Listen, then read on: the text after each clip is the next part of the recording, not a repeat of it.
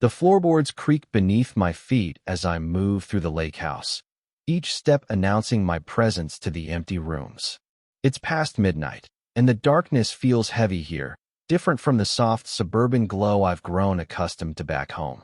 This guest room smells of dust and forgotten summers, wood polish, and something else I can't quite name.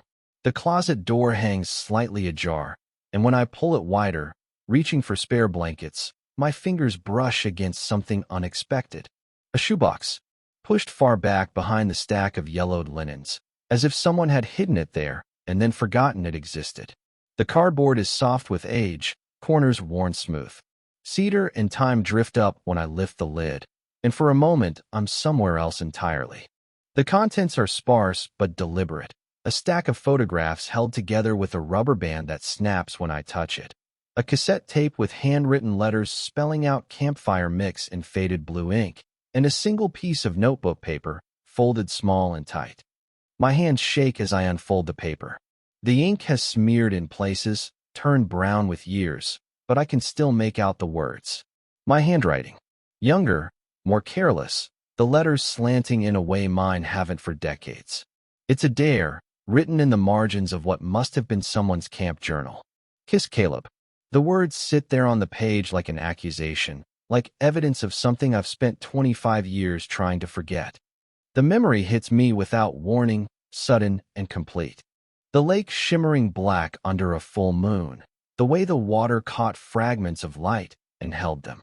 We were 17, maybe 18, drunk on stolen beer and the intoxicating freedom of being away from home, from parents, from everything that defined us in the daylight hours. The fire had burned down to embers by then, just enough light to see faces in the circle, to catch the gleam of teeth when someone smiled. Truth or dare, the oldest game in the world, and somehow we still played it like it meant something. Maybe it did. When the bottle pointed to me, when all eyes turned my way, I chose dare without thinking. Always dare. Always the path that felt like courage, but was really just another way of avoiding the truth. Caleb had looked at me across the dying fire, his face half in shadow, half in that warm orange glow. There was something in his eyes I'd been pretending not to see all summer. Something that made my stomach flutter and my throat close up. He'd smiled that slow, careful smile of his and said the words that would follow me for the rest of my life. Kiss me. The silence that followed felt eternal. Someone laughed, nervous and high. Someone else made a joke I can't remember. But I just sat there, frozen, watching Caleb watch me. His smile never wavered, but I saw something flicker behind his eyes.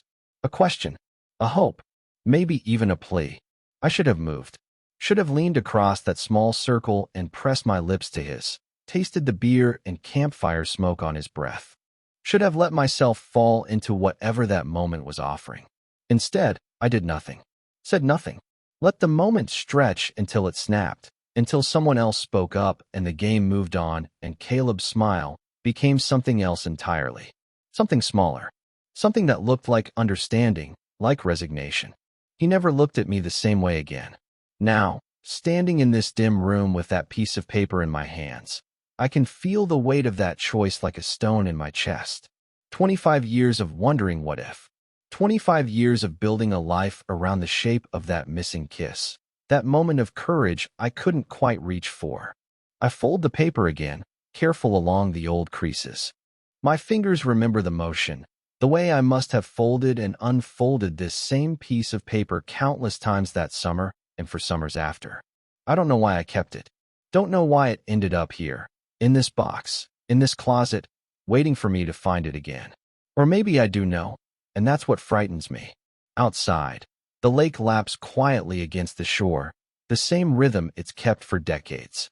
The same rhythm it kept that night when I was 17 and brave enough for everything except the thing that mattered most. I placed the paper back in the box, next to the photographs and the cassette tape, and closed the lid. But I don't put it back in the closet. Instead, I carry it with me to the bed, set it on the nightstand where I can see it in the darkness. 42 years old. Married. 2 children. A life built of careful choices and quiet compromises. And still, that boy by the fire haunts me, asking for something I was too afraid to give. I return home from the lake house on a Tuesday morning, the shoebox tucked discreetly in my overnight bag.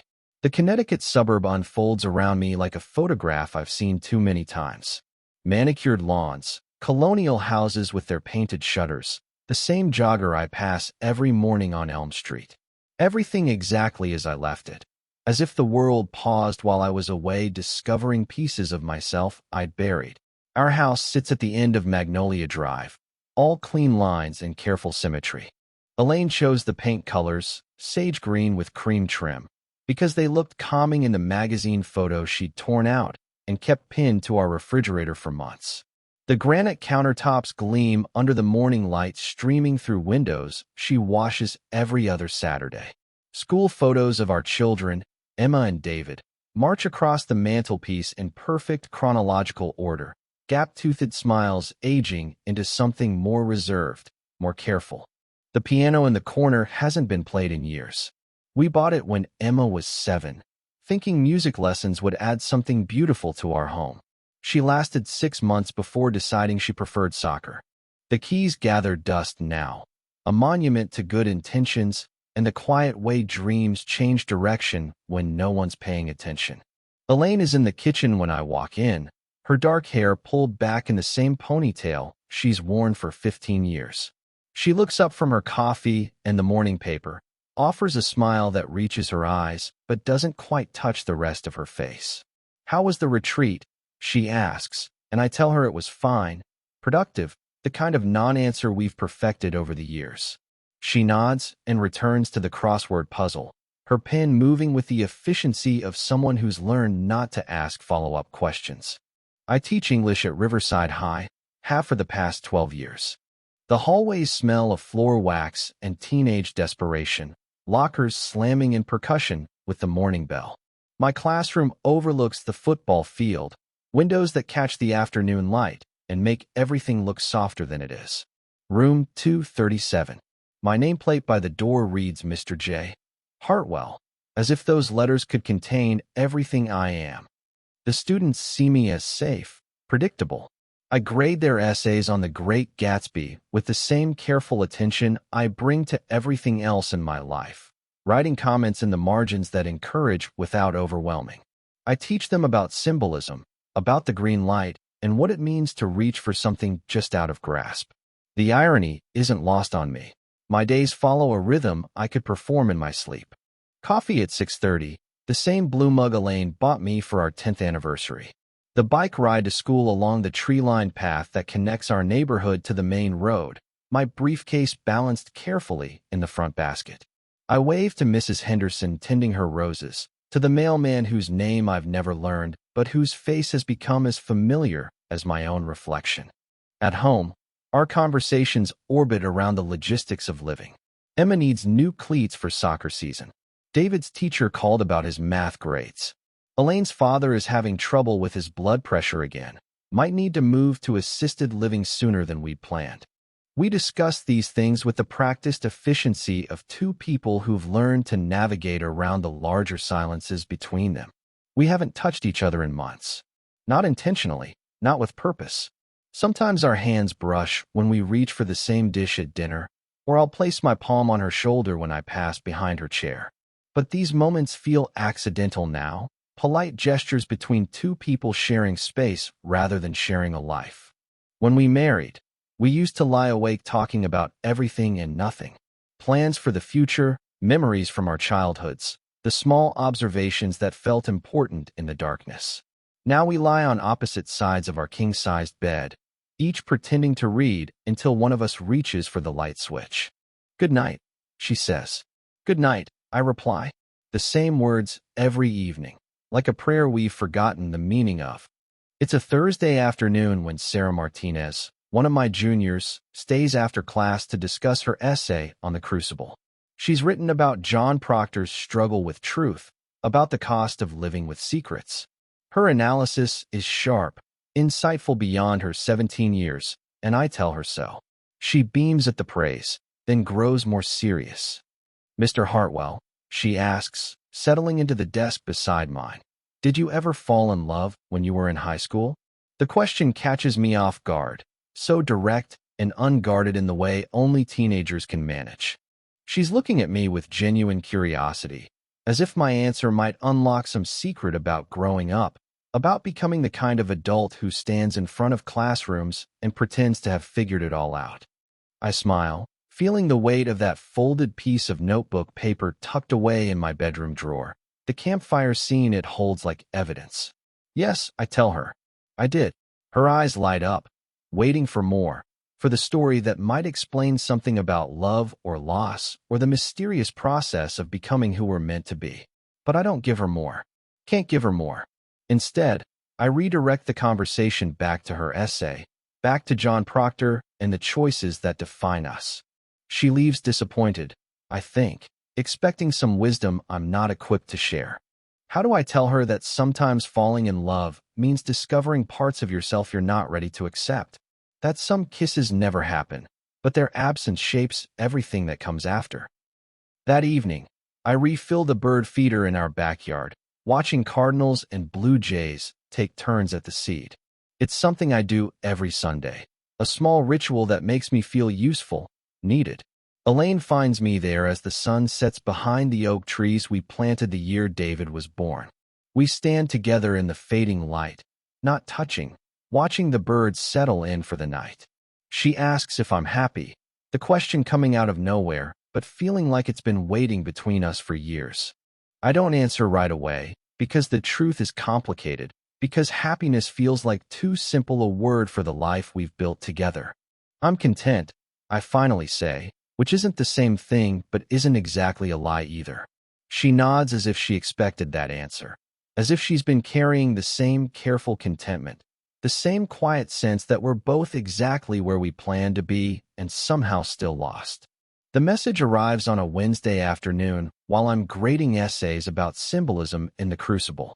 My phone buzzes against the desk, and I almost ignore it, but something about the name in the notification stops me cold. Desmond Clark.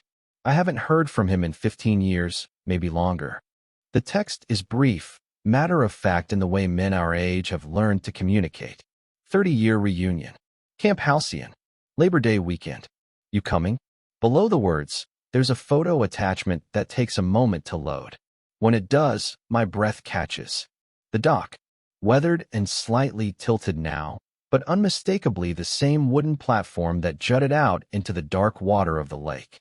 The image is blurry, taken from a distance, but I can see the way the late afternoon light falls across the planks, the same golden quality that made everything feel possible that summer. The summer when I was 17 and thought I understood who I was supposed to become. I set the phone down without responding. Around me, the classroom feels smaller suddenly, the walls pressing in with their motivational posters about perseverance and reaching for your dreams. Through the window, I can see students crossing the courtyard, backpacks slung over shoulders, their voices carrying fragments of conversations about weekend plans and college applications. Their certainty makes me ache. That evening, after Emma finishes her homework and David retreats to his room with his video games, after Elaine settles into her reading chair with the latest novel from her book club, I slip upstairs to our bedroom. The shoebox sits in my dresser drawer, tucked between winter socks and old t-shirts. I've looked at it every day since returning from the lake house, but I haven't opened it again. Haven't had the courage. Tonight feels different. Tonight, with Desmond's message burning in my phone and that blurry photo of the dock imprinted behind my eyelids, I need to remember what I'm running from. Or maybe what I'm running toward. David's old Walkman is buried somewhere in the basement, a relic from his middle school years before smartphones consumed everything. I find it in a box labeled electronics, the yellow foam headphones still attached, the plastic casing scuffed but functional. The batteries are dead, but there's a power cord tangled at the bottom of the box. Back in the bedroom, I plug it in and slide the cassette into the player. The tape hisses for a moment, then the first song begins. Semi-Charmed Life by Third Eye Blind. The opening guitar riff immediately transporting me to hot afternoons when the counselors let us use the camp's ancient boombox during free time. My 17-year-old self singing along to lyrics I didn't fully understand, lying on my bunk bed while summer stretched endlessly ahead. I close my eyes and let the music wash over me. Here comes Rem's Losing My Religion, Michael Stipe's voice floating through the headphones like a confession. Then Counting Crows, Adam Duritz singing about Mr. Jones and wishing he was someone else entirely. Each song is a portal, carrying me back to that version of myself who thought 18 felt impossibly adult, who believed that summer would last forever. And then I remember Caleb. Not just the boy from the campfire, the one who dared me to kiss him and watch me fail. I remember all the versions of him from that summer. The way he looked the first day of camp, stepping out of his parents' station wagon with a duffel bag thrown over his shoulder and that easy smile that made other people want to be near him. How quickly he fit in, how effortlessly he moved through the social dynamics that left the rest of us scrambling for position. He had this way of sitting by the lake in the evenings, after the organized activities ended but before lights out. He'd find a spot where the shore curved inward, creating a natural shelter from the wind, and settle there with his back against a fallen log. Always barefoot, always with his knees drawn up and his chin resting on them, watching the water like it might tell him secrets. I used to watch him watching the lake, pretending to read or write postcards home while stealing glances at the curve of his neck, the way the fading light caught in his hair. Sometimes he'd notice and smile at me, that slow, knowing expression that made my stomach flip and my cheeks burn. "What are you looking at, Jules?" he'd ask, and I'd mumble something about the sunset or trying to spot the loons that nested across the water. He never seemed convinced by my excuses, but he never pushed either. Just smiled and patted the ground beside him, inviting me to sit and watch the water together. We'd talk about nothing important, our favorite songs, the books we'd read, the movies we wanted to see when we got back to civilization. But underneath the casual conversation, there was something else humming between us, a frequency only we could hear. I think he knew before I did. Knew what I was feeling, what I was too scared to name. The way he'd let his hand brush mine when we walked the forest trails, how he'd lean just a little too close when we were paired up for camp activities. Small gestures that felt enormous, loaded with possibility I didn't know how to accept. The night of the campfire, the night of the dare, wasn't the first time he'd looked at me like that. It was just the first time he'd asked for something I couldn't pretend I didn't understand. Kiss me. 2 words that should have been simple, natural even. 2 words that I've been hearing in my head for 25 years. The cassette tape clicks to the next song, and I'm back in the present, sitting on the edge of my bed with foam headphones pressed against my ears. Downstairs, I can hear Elaine moving through her bedtime routine, the soft sound of her footsteps in the hallway, the bathroom door closing. Our life continuing its careful rhythm while I sit here drowning in a past I thought I'd outgrown. Labor Day weekend. 3 weeks away. I could ignore Desmond's message, let it disappear into the digital void where unanswered texts go to die. I could pretend I never saw that photo of the doc, never heard those songs again. I could continue teaching the crucible to teenagers who don't understand, yet that some secrets follow you everywhere, no matter how carefully you build walls around them. But even as I tell myself I won't go, I'm already planning what to pack. The next morning over breakfast, I mentioned to Elaine that there's a professional development retreat coming up over Labor Day weekend. Something about new approaches to teaching literature, mandatory for all English faculty. She nods without looking up from her coffee, makes a note in her planner about picking up David from soccer practice on Saturday. She doesn't ask where the retreat is being held, doesn't question why I've never mentioned mandatory training before. After 20 years of marriage, we've both learned not to examine too closely the small lies that keep a household running smoothly. I tell myself this is just another one of those lies, practical and harmless. But late that night, lying beside her while she sleeps, I know better. This isn't about logistics or convenience. This is about Caleb, about the boy I was and the man I've become, about a kiss that never happened but shaped everything that came after. This is about driving north toward a lake that still holds my secrets, and finally finding the courage to face what I left there. The drive north takes 3 hours, winding through small towns that seem frozen in time, past farm stands selling late summer corn and hand-painted signs advertising fresh peaches. My hands grip the steering wheel tighter with each mile. as if I might change my mind and turn around. The overnight bag in my back seat feels heavier than it should, weighted with expectation and 25 years of what-if scenarios I've never let myself fully imagine. I see the Camp Halcyon sign first, weathered wood with faded letters that someone has tried to refresh with new paint. The attempt makes it look sadder somehow, like putting makeup on a ghost. The dirt road leading to the main lodge is narrower than I remember, flanked by pine trees that have grown taller and thicker, their branches creating a canopy that filters the afternoon light into shifting patterns of gold and green. Everything looks smaller. The realization hits me before I even park the car. The lodge that once seemed imposing now appears quaint, almost fragile, its log walls darkened with age and weather. The dining hall where we ate meals family style, passing bowls of instant mashed potatoes and arguing over who got the last dinner roll, could probably fit inside my living room now. Time has a way of shrinking the places that once felt infinite. The lake, though? The lake remains exactly as I left it. I park near what used to be the volleyball court, now overgrown with tall grass and wildflowers. The silence feels profound after hours of highway noise, broken only by the gentle lapping of water against the shore and the distant call of a loon. For a moment, I just sit in the car, hands still on the wheel, trying to reconcile this quiet place with the chaos of memory it holds. Then I hear voices, laughter carrying across the water, and I know I can't delay any longer. Desmond spots me first, jogging over with the same easy gait he had as a teenager, though his hairline has retreated and his middle has expanded in the way of men who've traded sports for desk jobs.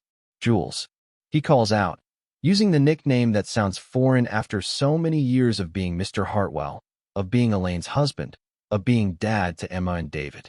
He pulls me into a bear hug that smells of sunscreen and beer, and for a moment I'm 17 again, awkward and eager to belong.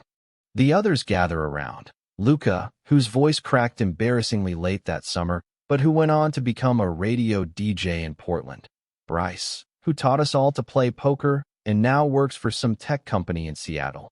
Marcus, quieter than the rest, who spent most of camp reading Stephen King novels and sketching in notebooks he never let anyone see. They've all aged in different ways, some gracefully, others fighting it with gym memberships and hair dye, but their faces still hold echoes of the boys they were. We settle into camp chairs arranged in a rough circle near the fire pit, cold beer cans sweating in the late afternoon heat. Someone has brought a cooler full of the kind of cheap beer we used to steal from older kids, and the taste brings back sense memories of rebellion and summer nights when anything felt possible. The conversation flows easily at first: jobs, marriages, kids, the careful accounting of middle-aged lives. Luca tells us about his divorce, final just last month. Bryce shows photos of his twin daughters on his phone, their gap-toothed grins eerily similar to his own at that age. Marcus mentions his mother's cancer diagnosis, beat now but touch and go for a while. We're old enough now to have real losses, real stakes, and the weight of that knowledge settles over our reunion like afternoon shadows. And then I see him. Caleb emerges from the path that leads down from the main lodge, a duffel bag slung over his shoulder exactly like that first day of camp. He's older, yes. There are lines around his eyes that weren't there before, and his hair has gone silver at the temples. But something essential remains unchanged. The easy way he moves through space, the half-smile that always seemed to know more than it was telling, the particular quality of attention he brings to everything around him. His eyes find mine across the circle, and the years collapse like a house of cards. "Hey, Jules," he says simply, as if we talked yesterday, as if 25 years haven't passed since we shared the same air. His voice is deeper now, roughened by time and cigarettes he may or may not still smoke, but the warmth is exactly the same. He drops his bag and claims the empty chair directly across from me, and suddenly everyone else feels like background noise. The group welcomes him with the same easy affection they showed me, and I'm reminded that we were all friends that summer, not just Caleb and I existing in our own private bubble of tension and possibility. But as the conversation picks up again, As someone opens another round of beers and Marcus produces a deck of cards with the same red bicycle pattern we used for poker games in our cabin, I find myself watching Caleb with the same helpless fascination I felt at 17. He's changed and he hasn't. The boy who used to sit by the lake watching water and sky has become a man who still knows how to be still, how to listen more than he talks. When Bryce launches into a story about his corporate job that requires too much travel, Caleb nods at the right moments, but his attention seems to drift to the trees, the water, the way the light shifts as evening approaches. Inevitably, someone brings up that last night. The infamous truth or dare game that's become part of our shared mythology, distorted and embellished by time and retelling. Desmond laughs about the dare that required him to jump in the lake fully clothed, how the water was so cold he couldn't speak for 10 minutes afterward. Luca reminisces about having to call his crush from home on the camp's ancient payphone, his confession of love met with awkward silence and dial tone. And then Marcus, with the timing of someone who's never quite learned to read a room, grins and points at me. What about Jules and his big moment? The kiss that never happened. The silence that follows feels familiar, an echo of that night by the fire. I can feel everyone's eyes on me, but the only gaze that matters is Caleb's. He's looking at me with an expression I can't read, something between amusement and sadness, and something else entirely. Ancient history, I managed to say, trying for lightness but hearing the strain in my own voice. Caleb raises his beer in a mock toast. To ancient history, he says, and the moment passes, conversation moving on to safer ground. But something has shifted in the air between us, some old frequency reactivated after years of silence. As evening deepens and the mosquitoes drive us toward the lodge for dinner, Caleb falls into step beside me. The others walk ahead, their voices carrying across the still water, but we lag behind, moving slowly along the familiar path. Strange being back here, he says quietly. I nod, not trusting my voice. We pass the spot where the trail branches off toward the old amphitheater, overgrown now, but still visible if you know where to look. Our feet remember the way even after all these years. What are you doing these days? The question feels safe, normal, the kind of thing you ask someone you haven't seen in decades. Teaching, I tell him. High school English. Connecticut. He nods as if this makes perfect sense, as if he always knew I'd end up in a classroom somewhere, trying to make teenagers care about literature and symbolism and the way words can change everything or nothing at all. I'm in Vermont now, he says. Burlington. I run a small bookstore, nothing fancy. Used books mostly, some new titles, coffee in the morning for people who want to pretend they're in Paris instead of New England. The image fits him perfectly. Caleb surrounded by books, making recommendations to customers, the smell of coffee and old paper. I can picture him in that space, comfortable and unhurried, still watching the world with that same quiet attention. You married? The question slips out before I can stop it. Too direct, too loaded with history. He shakes his head. Had a long-term thing that didn't work out. 7 years, lived together for most of it. Thought we might make it permanent, but he shrugs, the gesture encompassing all the ways relationships can fail despite good intentions. Turned out we wanted different things. I wait for him to ask the same question, to inquire about my life, my family, the carefully constructed existence I've built in Connecticut. But he doesn't, and I'm grateful. I'm not ready to talk about Elaine, about Emma and David, about the life I've created around the absence of this conversation, this moment, this man walking beside me in the gathering darkness. We reach the lodge as the first stars appear, the windows glowing warmly with lamplight and the sound of our friends' laughter. Dinner is the same camp food we remember, hot dogs and beans, potato salad from a giant tub, the kind of meal that tastes better outdoors than it has any right to. We sit at long tables like we did as teenagers, passing serving spoons and arguing good-naturedly about who ate the last pickle.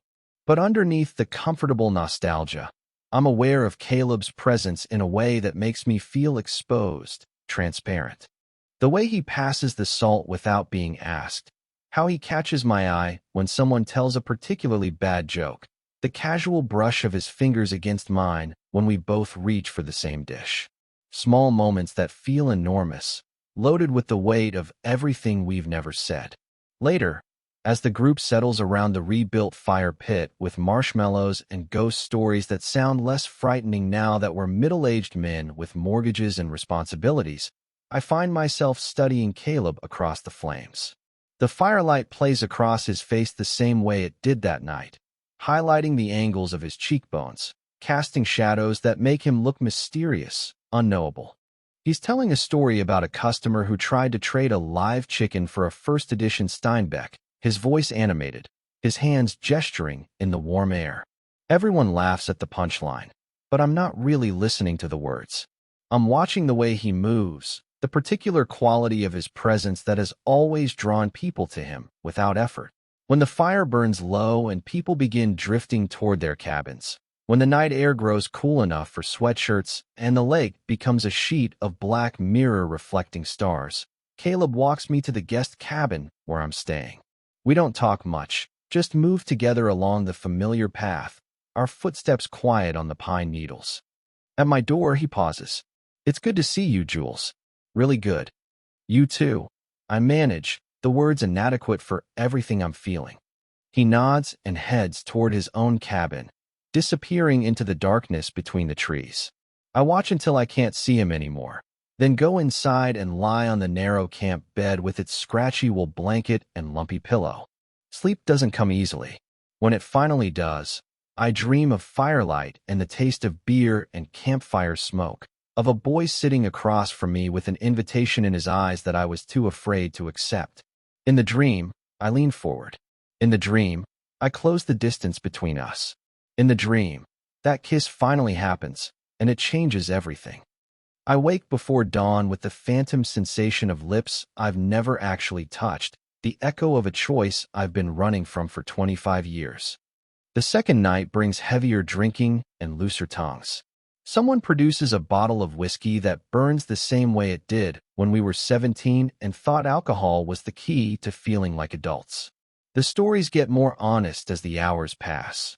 Real confessions about failed marriages, career disappointments, the slow erosion of dreams we once held as tightly as prayer. Bryce admits his business is failing, has been for months. Marcus talks about the loneliness of living alone at 43, how he comes home to an empty apartment and sometimes doesn't speak to another human being for days. Luca confesses that his ex-wife left him for his best friend, that he found their text messages and felt something inside him break in a way he's not sure can be fixed. The fire burns lower as the conversations grow more intimate. We're old enough now to know that bravado is exhausting, that pretending everything is fine takes more energy than most of us have left. By midnight, half the group has stumbled back to their cabins, leaving just a few of us sitting in the dying light of embers and stars. I nurse my beer, watching Caleb across the circle. He's been quieter tonight, more withdrawn, contributing to the conversation but holding something back. When Desmond launches into a story about his teenage son's first heartbreak, I catch Caleb looking at me with an expression I recognize but can't name. Something raw and unguarded, there and gone so quickly I might have imagined it. Eventually, even the diehards call it a night. Desmond kicks dirt over the last of the coals, muttering about fire safety and insurance liability. Marcus gathers the empty bottles, ever the responsible one, while Lucas sways toward his cabin humming a song I can't identify. The night settles into the kind of deep quiet that only exists in places far from cities, far from the constant hum of civilization. I should go to bed, should brush my teeth and lie down on that narrow camp mattress and try to sleep off the whiskey and the weight of memory pressing against my ribs. Instead, I find myself walking toward the lake, drawn by some instinct I don't fully understand. The dock creaks under my feet, the same uneven rhythm it kept 25 years ago. The water stretches out black and still, reflecting the half-moon like a broken mirror. I sit on the edge, legs dangling, and try to make sense of what I'm doing here, what I thought I might find by coming back to this place that holds so much of who I used to be. The sound of footsteps on the path makes me turn. Caleb emerges from the shadows between the trees, moving with the same quiet grace he's always had. He doesn't seem surprised to see me here, as if he knew I'd be drawn to the water, as if some part of him was looking for me too. He settles beside me on the dock, close enough that I can smell the whiskey on his breath, the faint scent of wood smoke in his clothes. For a while we just sit together in silence, watching the gentle movement of water against the pilings, listening to the distant call of a night bird somewhere across the lake. Then he picks up a flat stone from the pile someone has left at the end of the dock and sends it skipping across the surface. 1, 2, 3, 4 touches before it disappears into the darkness. The sound echoes off the far shore, lonely and perfect. "I remember you doing that the first week of camp," I say, the words coming out before I've decided to speak them. "You were showing off for the girls from Cabin 7, trying to impress them with your stone-skipping skills." He laughs softly, a sound with no real humor in it. "Did it work?" "Not really. Sarah Morrison was much more interested in Bryce's magic tricks." "Yeah, well, Bryce always was better at making things disappear." Something in his tone catches my attention, a weight beneath the casual words. I turn to look at him, really look at him, in the moonlight. His profile is sharp against the darkness, unchanged in all the ways that matter. The same strong jaw, the same way of tilting his head when he's thinking. The same careful distance he keeps, even when he's close enough to touch. "We should talk about it," he says quietly, still looking out over the water. I don't pretend not to know what he means. That night, the campfire, the dare that changed everything between us, even though nothing actually happened. Especially because nothing happened. Caleb picks up another stone, turns it over in his fingers without throwing it. "I wasn't joking," he says finally. The words fall between us like a confession, like something he's been carrying for 25 years and finally found the courage to set down. "I know," I whisper, "because I do know. I've always known even when I was pretending otherwise. I wanted you to kiss me." He tosses the stone now, harder than before, and it skips twice before sinking. "I thought maybe you wanted that too." The silence stretches between us, filled with all the words we've never said, all the moments we've spent not talking about this thing that has followed us both through decades of other relationships, other lives, other versions of ourselves. The lake laps gently against the dock, patient and eternal, the same rhythm it kept that night when we were 17 and I was too terrified of my own feelings to lean across a dying fire and touch my lips to his. "I did," I say, my voice so soft it barely disturbs the air between us. "Want that. Want you." The admission hangs there like a bird in flight, something beautiful and fragile that might disappear if either of us moves too quickly. Caleb turns to face me, and I can see my reflection in his eyes, can see the boy I used to be looking back at me through the man I've become. "Why didn't you?" he asks, and the question holds no accusation, only curiosity tinged with old grief. "I was scared," I tell him, "because it's the truth and I'm tired of carrying lies. Scared of what it meant, what it would make me. Scared of wanting something I didn't know how to want, didn't have words for. Scared of you, of how you made me feel like I was standing at the edge of a cliff with my eyes closed." He nods as if he understands, as if he's been carrying his own version of that fear all these years. We look at each other across the small space between us, two middle-aged men sitting on a dock under the stars, finally saying the words we should have said when we still had smooth faces and unbroken hearts. I reach out then, not for his hand, not for anything romantic or dramatic, but just to touch his shoulder, to confirm that he's real, that this moment is happening. His skin is warm through his t-shirt, solid and present in a way that makes everything else feel less substantial. He doesn't pull away. "Caleb," I say his name like a prayer, like an apology, like a question I'm finally ready to ask. He leans forward then, not to kiss me. We're beyond that now, past the simple urgency of 17, but to rest his forehead against mine. The gesture is intimate in a way that has nothing to do with sex and everything to do with recognition, with the deep relief of being seen and known by someone who understands the particular shape of your secrets. We stay like that for a long time, breathing the same air, sharing the same small space under the vast darkness of the sky. There are no fireworks, no dramatic music, no moment of passionate revelation. Just two men who have spent 25 years carrying the weight of a choice not made, finally allowing themselves to acknowledge what they've lost and what they still might have. When we finally pull apart, the night feels different somehow, lighter, as if the words we've spoken have changed the molecular structure of the air around us, made it easier to breathe. I should go, Caleb says, but he makes no move to stand. I should too. I agree, and don't move either. We sit in silence for a while longer, neither of us ready to break whatever spell we've cast with our honesty. The lake continues its gentle rhythm against the dock, indifferent to human drama, holding our secrets the same way it has held countless others over the decades. When we finally do stand, when we walk back up the path toward the cabins where our separate beds wait, we don't touch again. Don't make promises or plans or declarations about what this means for our carefully constructed lives back in the real world. But something fundamental has shifted between us, some long-held tension finally released. At the fork in the path where we must go different directions, Caleb pauses. Thank you, he says simply. For what? For telling the truth. Finally, he disappears into the darkness toward his cabin, and I'm left standing alone under the pine trees, feeling more awake and more exhausted than I have in years.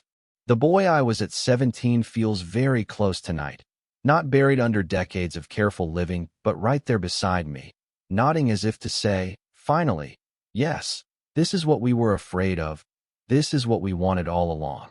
I walk back to my cabin with legs that feel unsteady, not from whiskey, but from the weight of honesty, from the strange lightness of finally setting down something I've carried for half my life. Inside, I lie on the narrow bed and stare at the ceiling, listening to the night sounds of the forest, knowing that when morning comes, everything will have to be different. But for now, in the darkness between what was and what might be, I allow myself to feel the profound relief of being known, of speaking the words I thought I'd take to my grave, of sitting beside the man I loved as a boy and finally telling him so. I drive home on Labor Day evening with the windows down, letting the late summer air carry away the smell of campfire smoke and pine trees. The familiar landmarks of my Connecticut life appear like markers counting down to some inevitable destination. The gas station where I always stop for coffee, the elementary school where Emma took her first steps on the playground, the street corner where David crashed his bike learning to ride without training wheels. Everything looks exactly the same, but I feel like a stranger returning to someone else's life. Elaine is in the kitchen when I walk through the door, preparing dinner with the same efficient grace she brings to everything. Chicken breast in the oven, green beans steaming on the stove, a salad already dressed and waiting on the counter. She looks up when I enter, offers the same mild smile she's perfected over 2 decades of marriage. How was the retreat? She asks, but her eyes linger on my face longer than usual, studying me with the particular attention wives develop after years of reading their husbands' moods in the set of their shoulders, the way they close doors. Fine, I say, then catch myself. Good, actually. Really good. Something in my voice makes her pause, her hands stilling on the dish towel she's been using to wipe the counter. She tilts her head slightly, the way she does when she's trying to solve a puzzle, and I realize I've given myself away with enthusiasm I can't explain. When has anything work-related ever made me sound genuinely excited? That's nice, she says carefully. Learn anything interesting? I think about Caleb's forehead pressed against mine, about 25 years of silence finally broken, about the way truth feels when you stop running from it. Everything, I want to tell her. I learned everything I should have known at 17. Instead, I nod and mumble something about new approaches to teaching symbolism, then escape upstairs to shower away the evidence of my weekend. But when I catch my reflection in the bathroom mirror, I see what Elaine saw, something different in my eyes, something awakened that I don't know how to hide. The next few days pass in a strange suspension. I return to my classroom, to my carefully planned lessons about the crucible and the price of living with secrets, but the words feel different in my mouth now. When I read Proctor's confession aloud to my students, because it is my name, because I cannot have another in my life, my voice catches on the dialogue in a way that makes several kids look up from their phones. At home, I find myself studying Elaine with new eyes, seeing clearly for the first time the ways we've learned to navigate around each other, the careful choreography of two people sharing space without really touching. She makes her coffee in the morning, I make mine. She reads in her chair after dinner. I grade papers at the kitchen table. We discuss logistics. Emma needs new cleats. David's math tutor wants to meet. But we don't discuss anything that matters. How long have we been living like polite strangers? On Wednesday night, I pull out an old notebook from the back of my desk drawer. The pages are yellowed with age, filled with fragments of stories I started and abandoned years ago, back when I thought I might write something meaningful someday. Before teaching and marriage and the steady accumulation of responsibilities convinced me that some dreams are luxuries middle-aged men can't afford. I write for an hour, then two. Words pour out of me like water from a broken dam. Not about Camp or Caleb, not directly, but about a boy standing at the edge of choices that will define the rest of his life. About the weight of secrets and the price of safety. About love that arrives wearing the wrong face at the wrong time, in a world that makes no room for such complications. Elaine finds me there at midnight, still writing by the light of the desk lamp. She stands in the doorway in her nightgown, watching me with an expression I can't read. You haven't written in years, she observes quietly. I know. What changed? I look up at her. This woman who has shared my bed and my life for 20 years, who has asked so few questions and made so few demands. Who deserves better than the careful half-truth I've been living? I'm not sure yet. I tell her, which is honest even if it's incomplete. She nods and retreats to bed, but I can feel her lying awake beside me when I finally turn off the light. Both of us staring at the ceiling in the darkness, both of us knowing that something fundamental has shifted in the careful balance of our lives. Thursday evening, I find Caleb's number in my phone and call before I can lose my courage. He answers on the third ring, his voice warm with recognition. Jules, I was wondering if you'd call. We talk for an hour, then longer. Not about that night at the lake. Not about the words we finally spoke, but about everything else. Books he's reading, stories from the bookstore, the way Vermont looks in early autumn. I tell him about my students, about the stories I've been writing, about the strange sensation of feeling like myself for the first time in decades. It's the kind of conversation I used to have with Elaine, back when we were still discovering each other, still finding reasons to stay up late talking about nothing and everything. The realization makes my chest ache. When I hang up, Elaine is standing in the kitchen doorway, holding a mug of tea she doesn't seem to be drinking. Old friend? She asks. Something like that. Friday night. She makes my favorite dinner.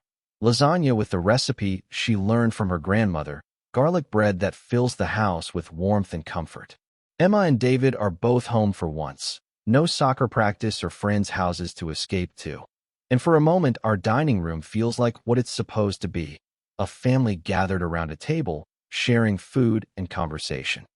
But underneath the normalcy, I can feel Elaine watching me, weighing something in her mind. After the kids disappear to their rooms, after the dishes are cleared and the leftover lasagna wrapped in foil, she pours herself a glass of wine and asks the question I've been dreading and expecting in equal measure. Is there someone else? The words hang in the air like smoke, impossible to ignore or unsay. I could lie, could deflect with questions about why she would think such a thing, could retreat into the wounded innocence of a faithful husband unfairly accused. I've gotten good at lying over the years, at constructing careful truths that reveal nothing important. Instead, I surprise us both by telling the truth. Not someone I'm with, I say carefully. Someone I think I love. She sets down her wine glass with deliberate precision, the kind of careful movement that suggests strong emotion held in check. Her face doesn't change, but something in her eyes shifts, like light moving across water. Think. No. Someone I know I loved. A long silence stretches between us. Upstairs, I can hear the muffled sound of Emma's music, David's video game commentary. The ordinary sounds of children living their lives, unaware that the foundation of everything they know is shifting beneath their feet. Do you think you still love him? She asks quietly. The pronoun hangs between us like a door opening onto territory neither of us has ever explored. She's always been perceptive, my wife. Always seen things I thought I was hiding.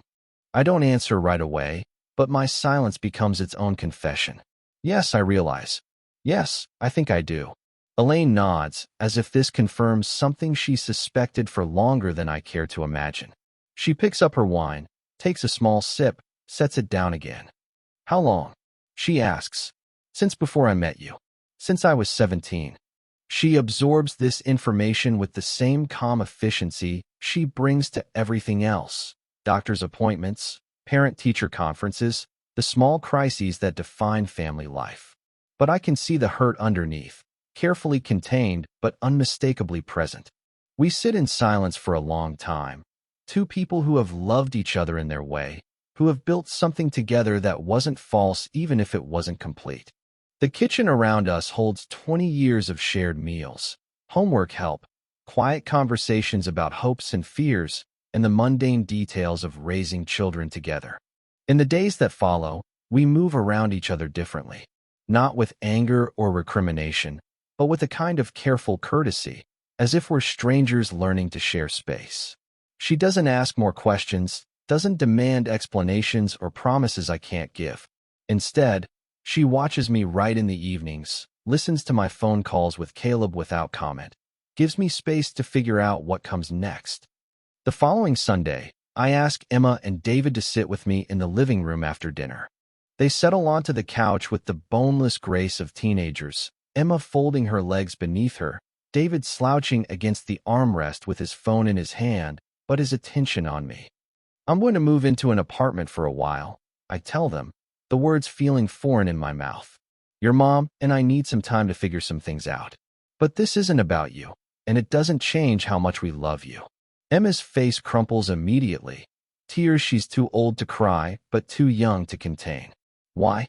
She asks, and the single word holds all the confusion and fear of a child whose world has suddenly become unpredictable. David says nothing, but his jaw tightens in a way that reminds me of myself at his age, already learning to swallow feelings that seem too big for words. Sometimes grown-ups need space to understand themselves better, I say, knowing it's inadequate but not knowing how to explain the rest. Not yet. Maybe not ever. Are you getting divorced? Emma's question comes out as a whisper. I don't know, I answer honestly. We're just taking it one step at a time. Later, after they've retreated to their rooms to process this information in whatever way 16 and 13-year-olds process the dissolution of everything they've taken for granted, I sit with Elaine on our back porch. The bird feeder I fill every Sunday hangs empty in the gathering darkness, a small ritual I've already begun to abandon. I'm sorry, I tell her, meaning it completely. She nods, accepting the apology for what it is, not an admission of guilt, but an acknowledgement of pain, of choices that hurt even when they're necessary. I know, she says softly. I've known for a long time that part of you was somewhere else. I just didn't know where. We sit in comfortable silence, two people who have loved each other as much as they were able, who are finally honest enough to admit it wasn't enough. Not for either of us, though neither of us has said so aloud. Tomorrow I'll start looking for apartments. Tomorrow I'll begin the complicated process of untangling 20 years of shared life. But tonight, we sit together in the darkness, grieving not just for what we're losing, but for what we never quite had. Autumn arrives early this year, painting the maples outside my apartment window in shades of gold and rust that catch the morning light like stained glass. The apartment is small, a two-bedroom on the third floor of a converted Victorian house, but it's full of light in a way that surprises me.